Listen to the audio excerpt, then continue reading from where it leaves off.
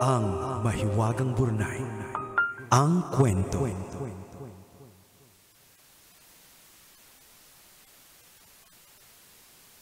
Dear kumikinang inamong, si Nicole Yala.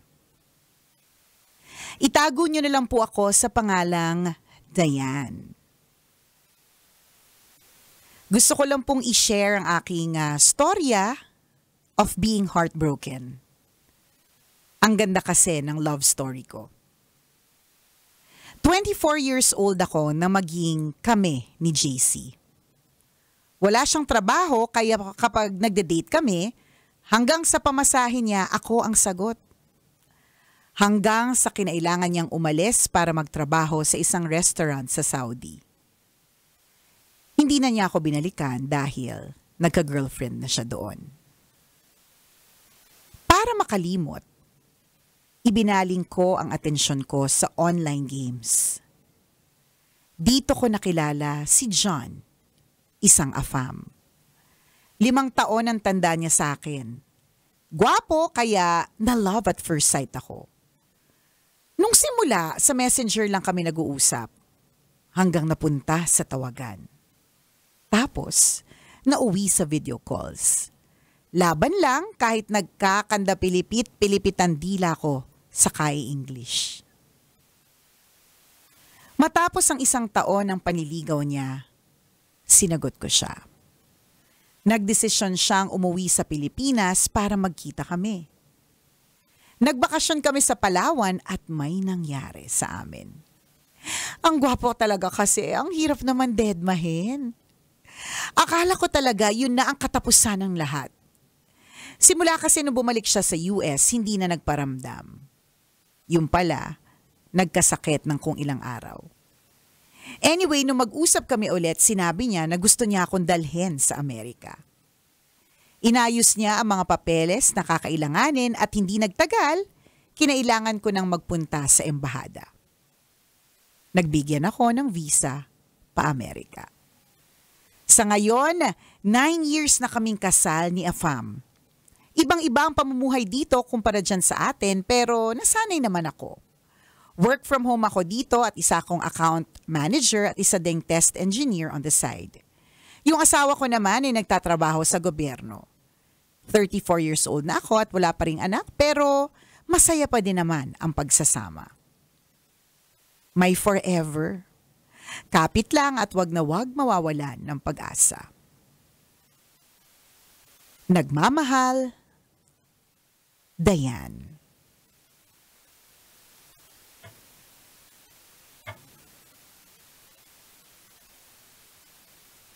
Sorry, Diane. Walang forever. Hugot! Saan galing? May hindi mo sabi.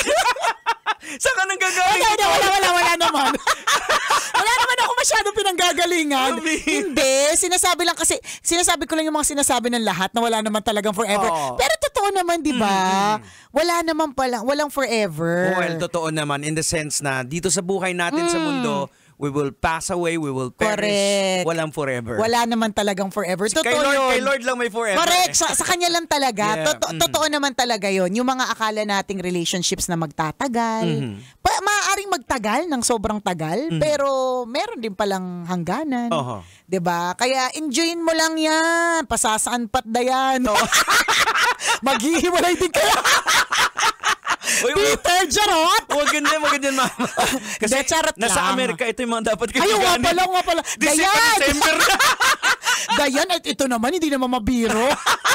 Ganito pa December na, medyo may kakulangan na kami sa budget. Ito naman, Dayan, alam mo, feeling ko magtatagal ka na maraming taon, di ba? Kaya nga 'di ba, Jex dun sa mga kasal, 'di ba, may vow na till death do us part. Kamatayan lang talaga ang maghihiwalay sa mga nagmamahalan. Pero tingnan mo, hindi rin talaga kasi forever. Akala mo makakasama mo na matagal na panahon, hindi pala. Oo. 'Di ba? Well, kung minsan may mga nangyayari talaga na talagang nakadesign talaga siya. Parang part ng blueprint ng buhay natin na kinakailangan pagdaanan mo to dahil yung nakatalaga talaga sa'yo is, kumbaga, yung mga broken-hearted na napagdaanan mo, kahit Correct. maging ako, pasalamat tayo sa mga taong yun kasi kung hindi dahil sa kanila, hindi natin namimit yung future natin ngayon. Yung ating the one. Yes, yan, oo. diba? Imagine mo kung nakatuluyan mo yung ex mo. Imagine mo ba? Alam mo, wait lang, meron akong one person in mind. Sige. Naku, patay tayo. Ito para to si Dayan. Yung ultimo pamasahe, binabayaran para lang magkita kami. Oh. Yung last na 200 pesos sa ATM ko, sinend ko pa sa kanya para makapag-date kami. Kung nakatuluyan ko yun, edi nga. Wala akong pambayad sa mga in-online shopping ko. Wala akong pambayad sa mga add to cart ko, di ba? Minsan akala lang natin na mahirap lang kasi talagang intindihan at the moment kung bakit kailangan maghiwalay. Di ba? Lalong-lalo na, di ba yun yung lagi nating sinasabi kapag mahal ko naman siya, nagmamahalan naman kami. Yes. Bakit kailangan maghiwalay? Ang hirap lang talagang tanggapin at the moment. Pag at the moment ka talaga medyo clouded lahat ng desisyon mo. Totoo yan. Na parang ayaw mo nang mabuhay. Correct, may ganon. Oo, tulo lahat ng sipon mo. Yeah, di ba? Lahat ng pagkain, mapait, may ganon. May iba na tataba kasi magsi-stress eating, di ba? Ganon ka ba? Kanina. Sabi kasi ng asawa ko, sabi niya, kain tayo ng ramen. Tapos sabi ko, nalulungkot na nga ako, tataba pa ako, ayoko. 2 minutes later, kumakain ako ng ramen. Ika-caption ko na nga mamaya sa social media. Stress eating ite. Diba? Hindi kasi at the moment, hindi mo maintindihan bakit Maayos naman. Diba? Okay naman ang lahat. Naalala ko tuloy yung sinabi ng ating boss dati na change can happen anytime. Totoo. At tumatak talaga yan sa utak ko. Correct. Ang hirap lang talaga tanggapin ng change. Yan change yan. Yung speaking of boss, yan din meron tayo isang boss na hindi ko rin akalain. Diba? Di totoo. Parang, ito yung kanyang love Diba? I mean, yung kinaka-stress eating ko, hindi ko akalain. Diba? Gusto mo umiyak? Hindi naman, hindi nakapilikmata na ako. Sayang. Hindi, pero nangyayari talaga na walang forever. And sometimes when you're at the moment, it's very difficult to process and difficult to understand. Kaya kung halimbawa meron kayong mga kakilala, kaibigan na going through that, sa palagay ko, Jegs, correct me if I'm wrong, allow nyo din sila to grieve. I think it's important to process the feelings kasi hindi pwedeng hindi mo ipoproseso na naiiyak ka talaga. You hide it with, I'm a strong person, I'm an independent woman, ganyan. Pero sa totoo lang, deep inside, durog. Diba? Mas nakakatakot yung ganun na ikaw lang mag-isa ang nakikipaglaban doon sa yung mga thoughts mo, what if, yung mga ganito. Asan ako nagkamali? Tulog ka pero gising. Yes! Yun yung kinikwento ko kay Jegs. Nakatulog naman ako, I think sapat, 7 hours. Pero pag gising ko, parang pagod na pagod ako. Ang term ng ng mga sa medicine, marami kang arousal. Ay, ganun ba? Pag natutulog ka, classic arousal yan. Yung brain mo, half awake ka. Hindi kumakalma yung mga nerve system mo. Tulog ka nga pero hindi siya kumakalma. Hindi nga kalma So ibig sabihin wala sa REM yung hindi ka nakarating sa deep sleep. Sa deep sleep. Hindi ka nakarating sa REM. Hindi ako nakarating. Mababaw na tulog, parang ganun. Kaya nga ganun. So ang importante kapag may kaibigan ka at kakilalang ganyan, suportahan mo muna. Pero kung ikaw pinagdadaanan mo yan, I think it's okay. Of course, it's okay not to be okay, diba? Pero bigyan mo rin yung sarili mo ng deadline.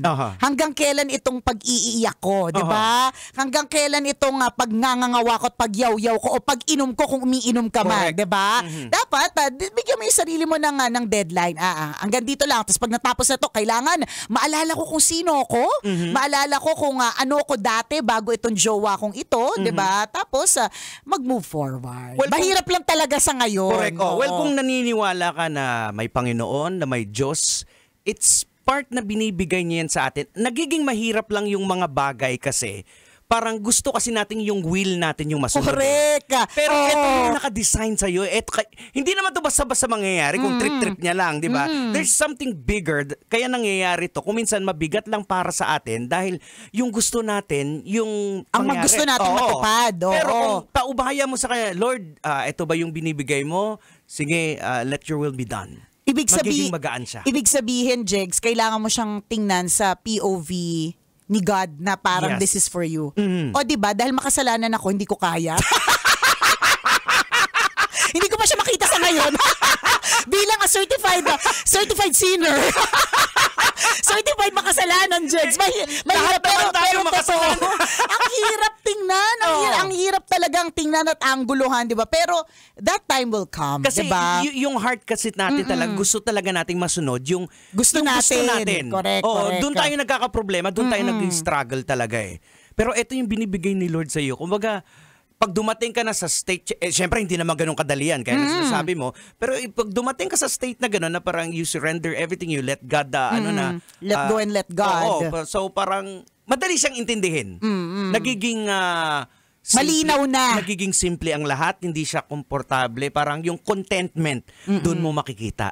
Ayan. Eto binibay, sige Lord, ikaw na bahala, hindi mo naman ako pababayaan. Sabi ko nga sa'yo kahapon, ito yung feeling ko. Ako, tukol sa akin pala to. Nag-worry ka pa yung pangalan. Ano pangalan? Dayan. Ano Dayan? Ano sabi mo Dayan? Ito talaga kasi yan, Diego. Sabi kasi, ito yung sabi ko kahapon, nasa conversation ko, ay, feeling ko ito yung sinasabi ni God sa akin kahapon. Okay, Dayan. Sabi ni God, teka lang, kumakalma-kalma ka na naman sa buhay mo, ha? Teka lang, kalabitin kita ulit dyan. Kaya nagkwentuhan nga kami kanina nila Robin. Sabi ko, alam niyo Robin, yung gold kung minsan, hindi mo nakikita yun sa comfort zone mo. Sa Mayet de la Rosa Pine Jewelry. Yan, doon yan. Wala dito. Doon yan sa Mayet de la Rosa.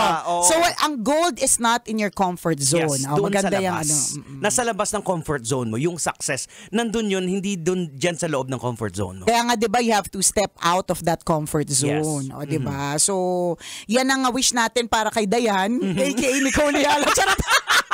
Siguro si Dayan nagtataka, Diego. Kasi sabi niya, bakit parang masaya naman yung love story ko? Bakit ang usapan nila yung walang forever? Bakit parang binabasag ako ng dalawang to?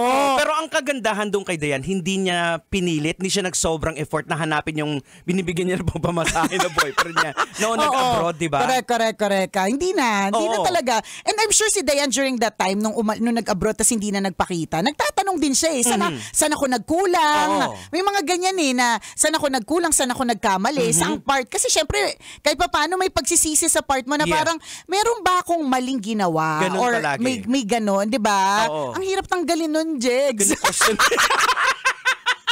Iniisip ko. Sarili mo. Totoo ba yung kulang lang? Naman napapaalala. Di ba? Lahat naman ng suporta, di ba? Ibinibigay.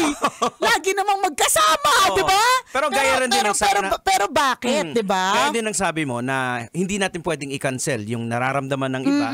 I-acknowledge din natin kung yun ang makapagpapasaya sa kanila, then Kailangan talaga, no? Oo. Ano lang talagang sadyang tao lamang, hindi perfect, hindi talaga perfect. Yun kaibahan natin sa Diyos eh. Oo. Talagang hindi talaga tayo perfect. Ang dami nating mga mistakes. Hindi natin kinikerry ang mga bagay-bagay. Yun naman yung model ni Christ na mas inuna niya tayo over himself. So parang tayo na mas unahin na lang natin, sige, kesa yung sarili ko na ipupush ko, di ba? Ang hirap, di ba?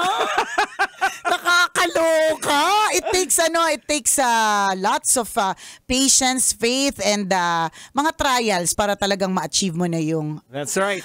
alam mo na, Oo. yung letting go and moving on. Yes. Aww. Bakit di mo nalang totohan? Ay, nakakaloka talaga. Muli, ito ang kumikinang ina mo na si Nicole Yala. At syempre, ako naman ang kumikinang naulo, Diego Bandito. Kailangan pa bang i-memorize yan? Love Radio. Basic!